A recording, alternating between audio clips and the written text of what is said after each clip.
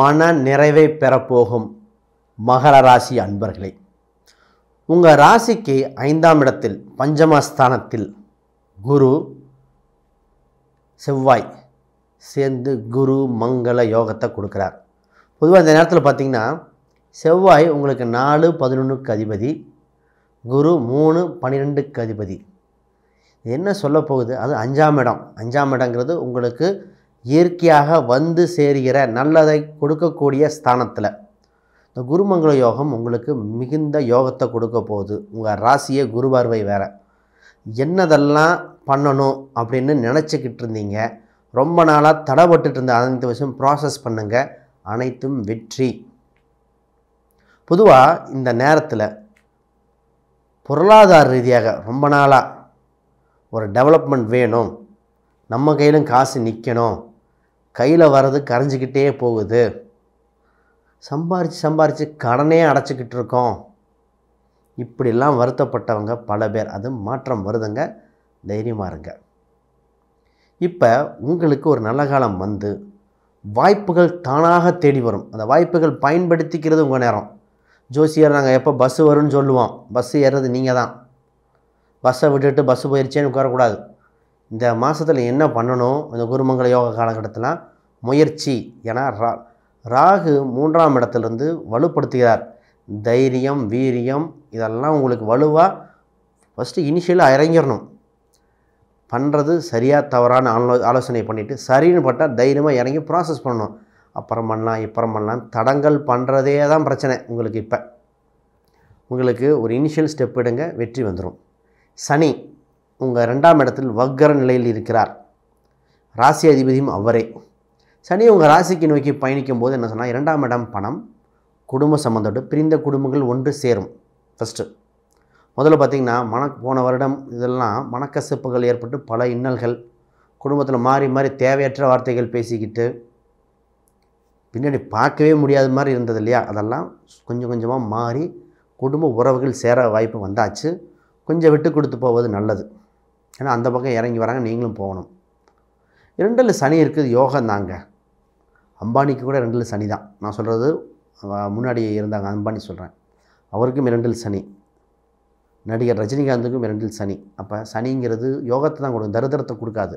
நிறைய பேர் வந்து சொல்லிடுறாங்க 2ல் சனி தரித்திர யோகம். எப்படி வரும்? நான் சொன்ன 2 எக்ஸாம்பிள் பாருங்கள் எப்படி இருக்குது. அப்போ பணம் சம்மந்தப்பட்டதுக்கு ஆட்சியாகவும் இருக்கணும், தைரியமாக இருங்க. 7ரை சனி இருக்கே சார், ஏதாவது பாதிக்குமா? குரு பார்வை உங்கள் ராசிக்கு உண்டு. 7ரை சனியை விட்டுருங்க. சனி தடுப்பார், குரு கொடுப்பார். ஆக மொத்தம் பேலன்ஸ் தான், பயம் இல்லை. சரி, இந்த நேரத்தில் மாணவர்களுக்கு ரொம்ப முக்கியம். உங்கள் 4ஆம் அதிபதி 11ஆம் அதிபதி அவரே 5ல் பயணிக்கிறார். மாணவர்களுக்கு யோககரமான நல்ல மதிப்பெண் பெறுகிற காலகட்டம். இதில் நீங்கள் விருப்பப்பட்ட சப்ஜெக்டை சூஸ் பண்ணலாம். நிறைய பேர் பார்த்திங்கன்னா அந்த காலேஜ் இன்ஜினியரிங் காலேஜுக்கு நீட் எக்ஸாமுக்கு மார்க்கு வாங்கிட்டு வெயிட் பண்ணிகிட்ருக்கீங்க, இந்த காலேஜ் கிடைக்குமான்னு. உறுதியாக கிடைக்கும். நீங்கள் உறுதியாக ட்ரை பண்ணுங்கள். இது எந்த இடத்துல சூஸ் பண்ணலாம், எந்த ஊர் காலேஜ் சூஸ் பண்ணலாங்கிறது உங்கள் லக்னம், உங்கள் தசாபுத்தி அடிப்படையில் உறுதி செய்ய வேண்டியது.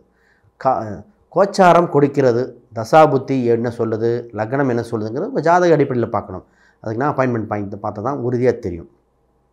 ஆனால் கிடைப்பது உறுதி, தைரியமாக இருக்கலாம்.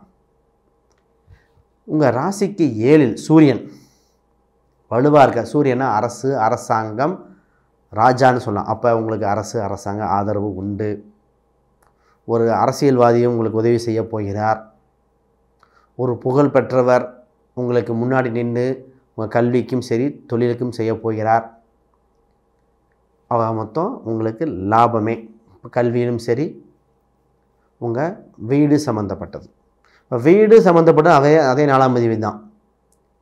இப்போ ஒருத்தங்க சொல்லுவாங்க, சார் நாங்கள் ரொம்ப நாளாக ஒரு பூர்வீக சொத்து வச்சுருக்கோம், விற்றா லாபம் கிடைக்குமா? அதை விற்றுட்டு வேற ஒரு பக்கம் வாங்கலான் இருக்கோம்.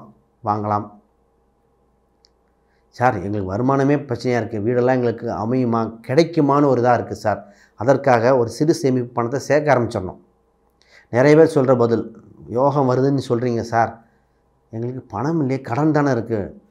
கடன் அடைக்கிறதுக்கு செவ்வாய்க்கிழமை அன்னைக்கு செவ்வாய் ஓரையில் பணம் சின்ன சின்னதாக அடைச்சிட்டு வாங்க. சிறு தொகையை எடுத்து வீட்டுக்கும் இடத்துக்கும் ஒரு வண்டி வாகனத்துக்கும் பயன்படுத்துங்க. நீங்கள் வாங்குகிற வண்டி பார்த்திங்கன்னா பொதுவாக உங்கள் ராசிக்கே பொதுவாக வண்டி சொகுசு வண்டியை விட பாதுகாப்பான மைலேஜ் கிடைக்கக்கூடிய வண்டியாக இருக்கணும்.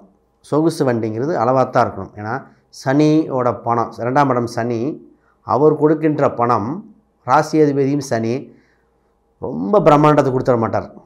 அது லக்ன அடிப்படையில் பார்க்கணும். தசாபதி உறுதி செஞ்சால் மட்டும்தான் பெரிய வண்டி வாங்கினதுக்கு போகணும். சரி, திருமணம் எப்படி இருக்குது? ரொம்ப நாள் கழித்து திருமணம் கைகூட வந்தாச்சு. தைரியமாக இந்த ஒரு வருடத்தில் திருமணம் உண்டு. என்ன அர்த்தம்? குரு கொடுக்க போகிறார். நீங்கள் அதற்கு அனுசரித்து போகணும். உங்கள் எதிர்பார்ப்பு கொஞ்சம் குறைக்கணும். இந்த இளம் வயதில் இருக்கிறவங்க என்ன பண்ணுறாங்கன்னா, சம்பளம் அவ்வளோ எதிர்பார்க்குறாங்க, வெளிநாட்டு வேலை, அது எதிர்பார்க்குறது தவறு இல்லை. அதனால நல்ல வரனை தவற விட்டுறக்கூடாது. ஃபஸ்ட்டு வரன் நல்லவரா, ஃபஸ்ட்டு கேரக்டர் நல்லவரா, வைத்து காப்பாற்றுவங்க, குடும்ப சூழ்நிலை எப்படி இருக்குது, குடும்பம் எப்படி இருக்குன்னு ஃபஸ்ட்டு அதை பாருங்கள். 2வது பொருளாதாரம். ஏன்னா பொருளாதாரம் மாறக்கூடியது.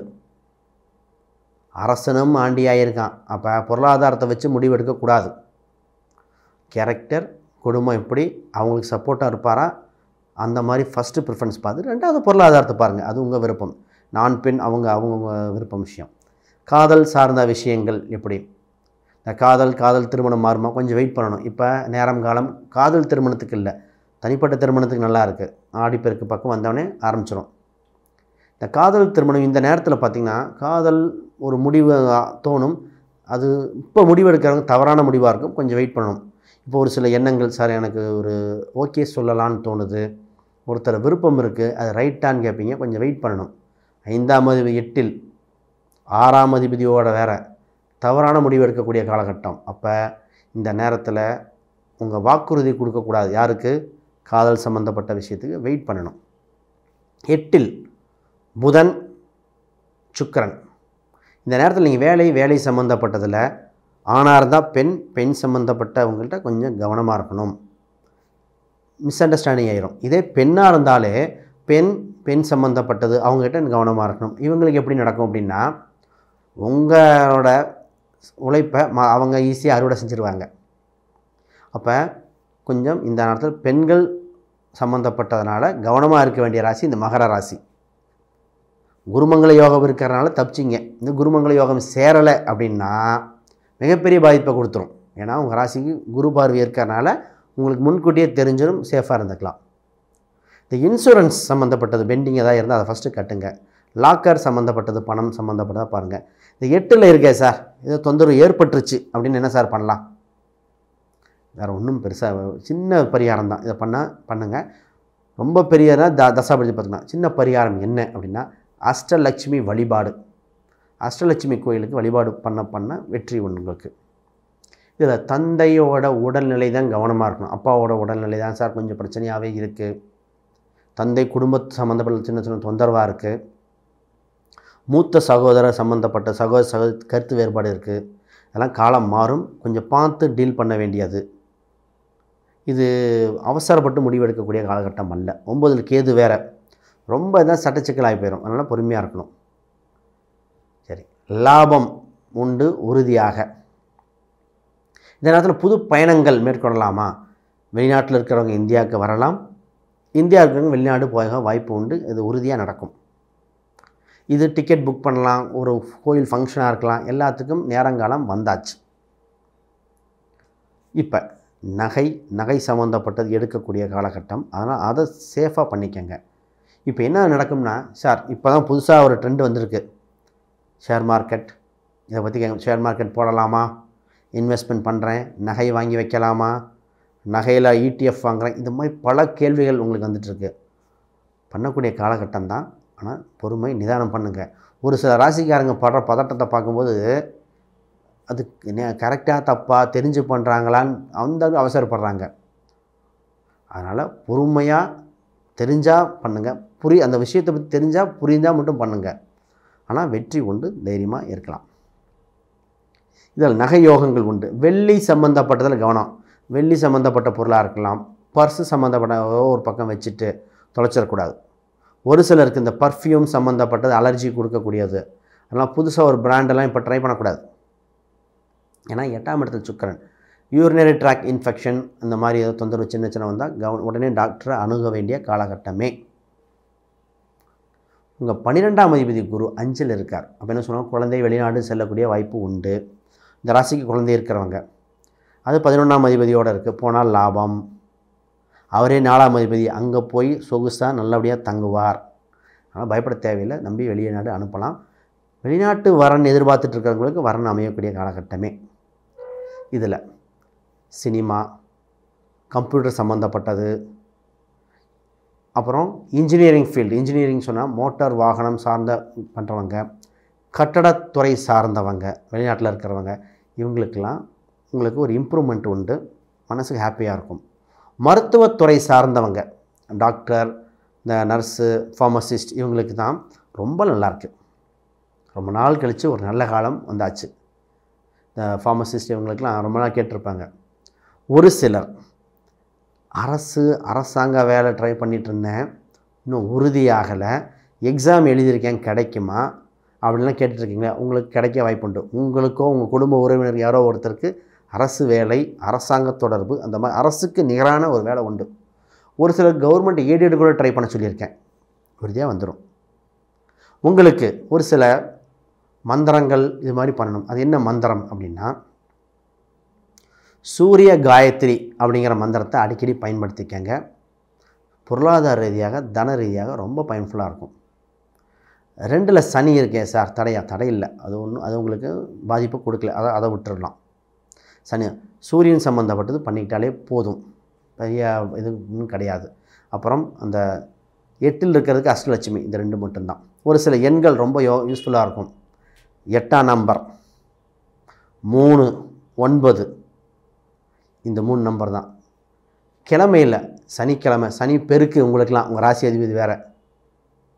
அப்புறம் 3 அப்படின்னு குறிக்கிற வியாழன், செவ்வாய், இந்த கிழமையெல்லாம் உங்களுக்கு நல்லது நடக்க போகுது.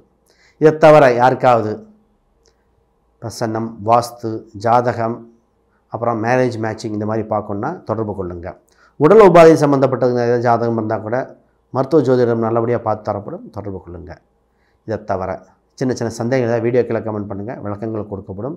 அனைவருக்கும் வணக்கம், வாழ்த்துக்கள்.